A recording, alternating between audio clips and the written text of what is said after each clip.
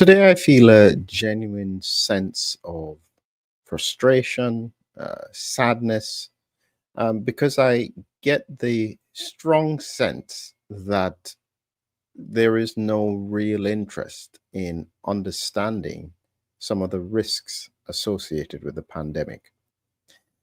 What I've come to acknowledge is that the priority seems to be protecting interests, whether or not they're financial, protecting credibility. That seems to be a very, very big one. Credibility seems to be one of the most significant things to be protected at the moment. And because of that, I think due diligence is not being done.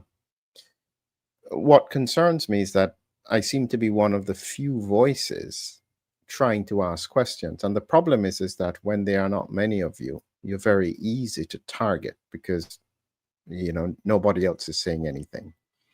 So for me, I've been focused on autoimmunity since April 2020.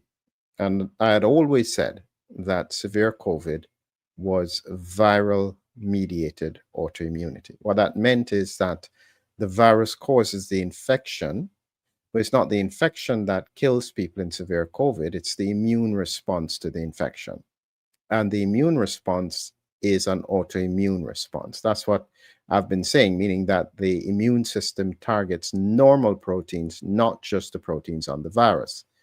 So, with that in mind, I was always very concerned about how we approach therapy in the pandemic. And what I specifically mean here is that when you understand that, you realize that stimulating the immune system is a double-edged sword, meaning that in some people, you can protect them against infection. That's the ideal. But if infection occurs, the immune system can then become dysregulated and cause longer term harm. The only way to clarify this is by autopsy. And for anyone who has been following my videos, in April of 2023, it's 2.5 years ago, I did a video on the fact that that was the first autopsy of somebody who was vaccinated. Now, some people don't understand why this is such an important question. They presume that the lessons that we've learned in the pandemic from autopsying people who died is the same as doing autopsies on people who were vaccinated and died. And I'm saying they're like completely different because, for one, you would expect a different immune response. And so therefore you should be interested in what were the outcomes. What was the pathology? Did they die from the same mechanism?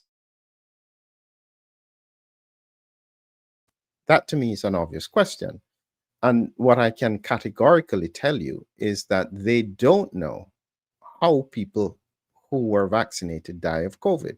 They can presume that they're assuming it's the same mechanism. I don't know why they would assume that, because in effect, it's a completely different immune landscape. Similarly, if someone died of severe COVID and they had already had COVID, it's going to be a different immune response. Does that make sense? And so you would want to understand what that landscape is. Now, there are a few posts that I did, and one of the things is that my Substack, and if you'll see it in the description below, is technically a collection of my thoughts and research over 5.5 years. I think it's very valuable. Maybe in time people will see the true value of it, but it has captured a lot of my thinking and the trajectory of it. And if someone took the time to look back at the hundreds of episodes and articles that I've done, they would see a consistent pattern looking at autoimmunity. One of those Substacks that I did some time ago, and it's useful for me to go back to them, is this important question. Why didn't vaccines work against SARS-CoV? That's the original variant that came out in Asia. and what was different this time. And I did this in October of 2022, as there was still ongoing circulation of Omicron. And I was reflecting on a very important paper about immunization with SARS coronavirus vaccines. Now, this paper, I think, has been largely ignored. I'll take you to the top here so that you understand what it's about. And this paper was done in 2012, and I've spoken about it on a number of occasions, but some people don't understand the significance of it. So, what they did is that they were testing 4 different types of COVID vaccines, not COVID, coronavirus vaccines for SARS-CoV. And what they found was that every one of the 4 types led to pulmonary immunopathology on challenge with the SARS virus. Now, this is important to understand. So let me explain. So they vaccinated the animals. They then tested for the immune response. They all had good immunity. Great. But the next step in terms of the research is to say, okay, well, even though they have good immunity, what happens if they are then exposed to the virus again after they have been vaccinated? And that's the challenge study. So remember, the steps are: you vaccinate the animal, they've not been exposed before, you've got a good immune response, and then you expose the animal to the same virus you've vaccinated against. And you are looking to see if there is any unusual patterns that occur on re-exposure to the virus if they get infected. And as I said here in the paper, there were 4 vaccine candidates for humans that were evaluated. They used a mouse model. And as I said here, all the vaccines induced serum neutralizing antibody with increasing doses, and they used aluminum for significantly increased responses.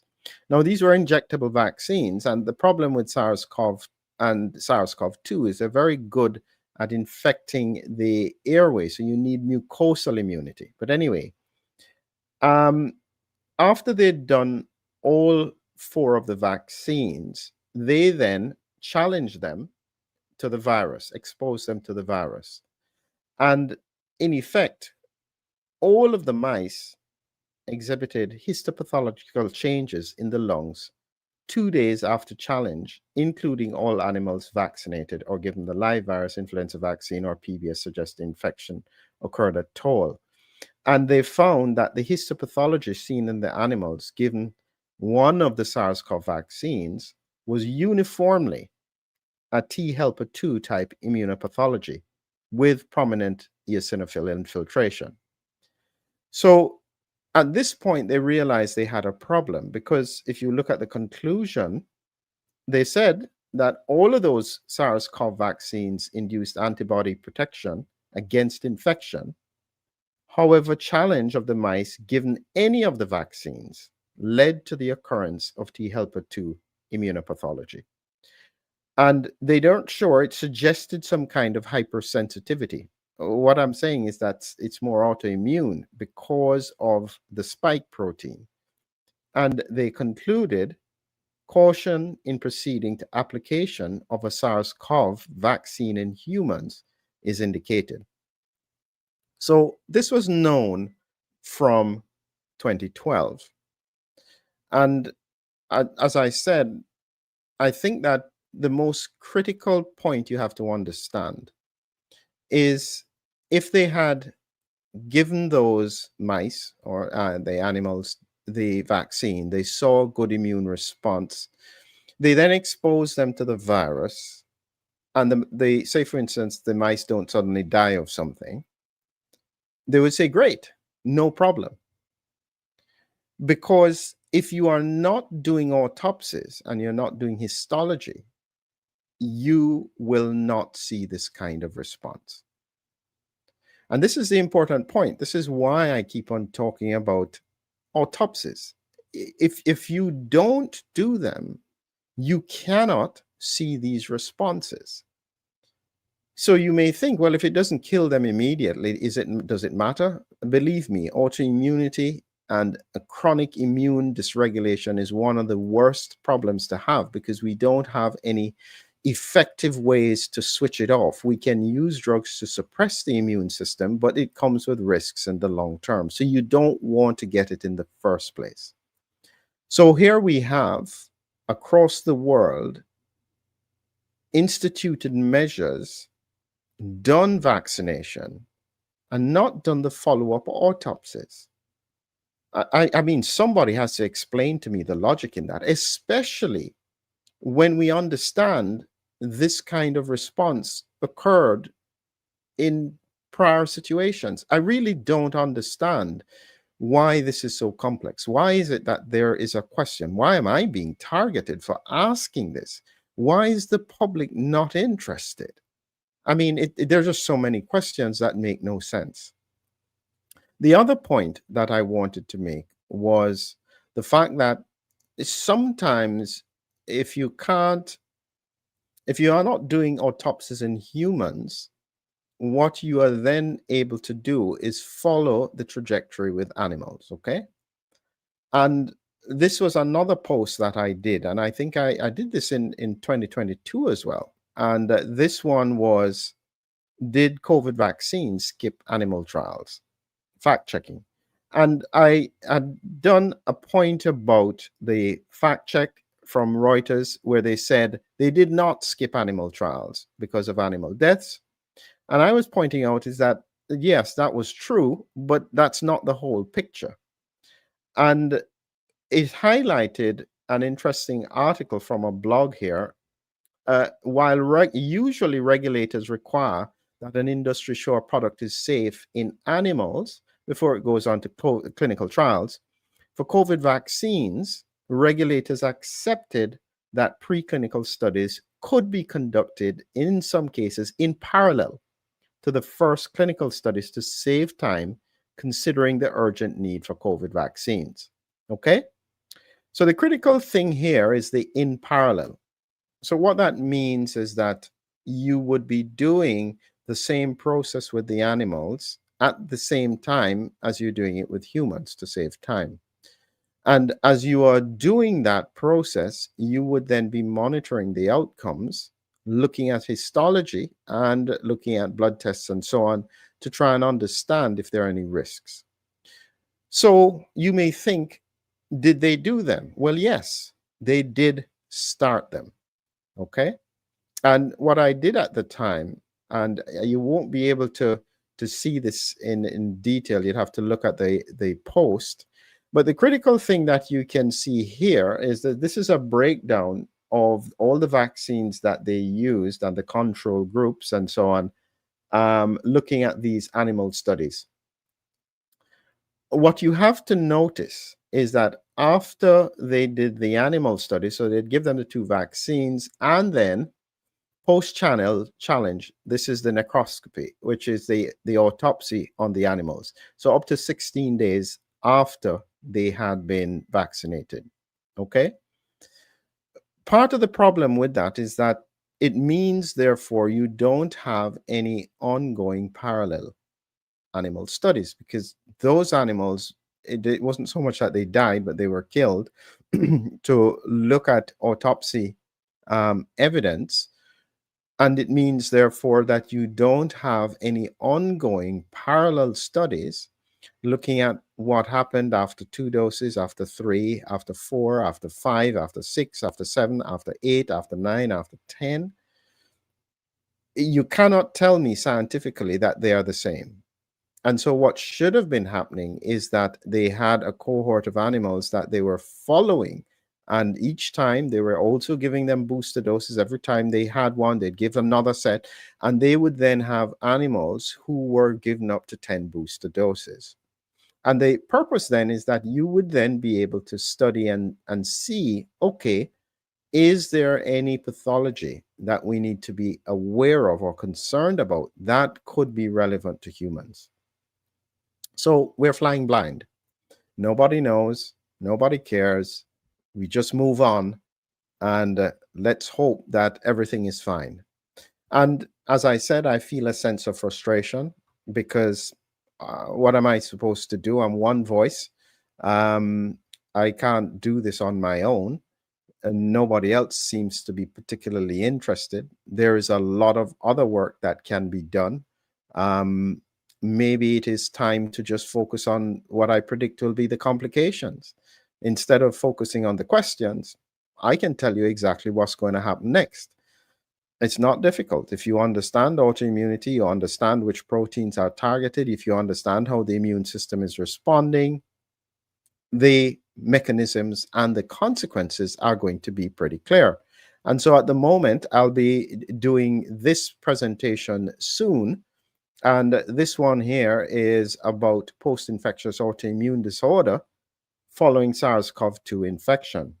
Now, anytime they do these case reports, nowadays, nobody talks about whether or not people have been vaccinated, but you can go back, look at the time frames and make an association. This is an example of what happens with a challenge study. Person gets infected after their immune system has been primed. You get very unusual characteristics of disease, and I'll take you through that at a later stage. But as I said, at this point, all I can do, it seems, because we can't seem to get the necessary research done, I can't do it, they won't do it, and so you are left to hold the can.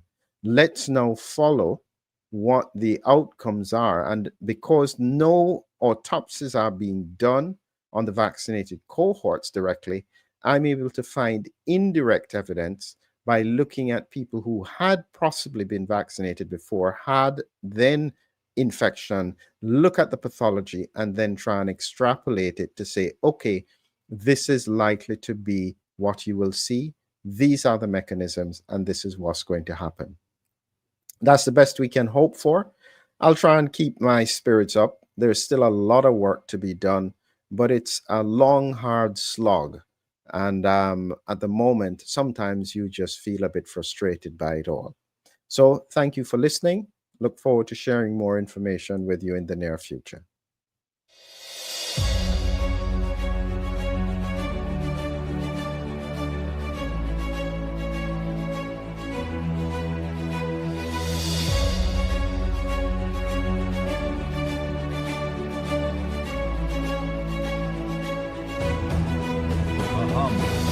A hero, an immune adventure.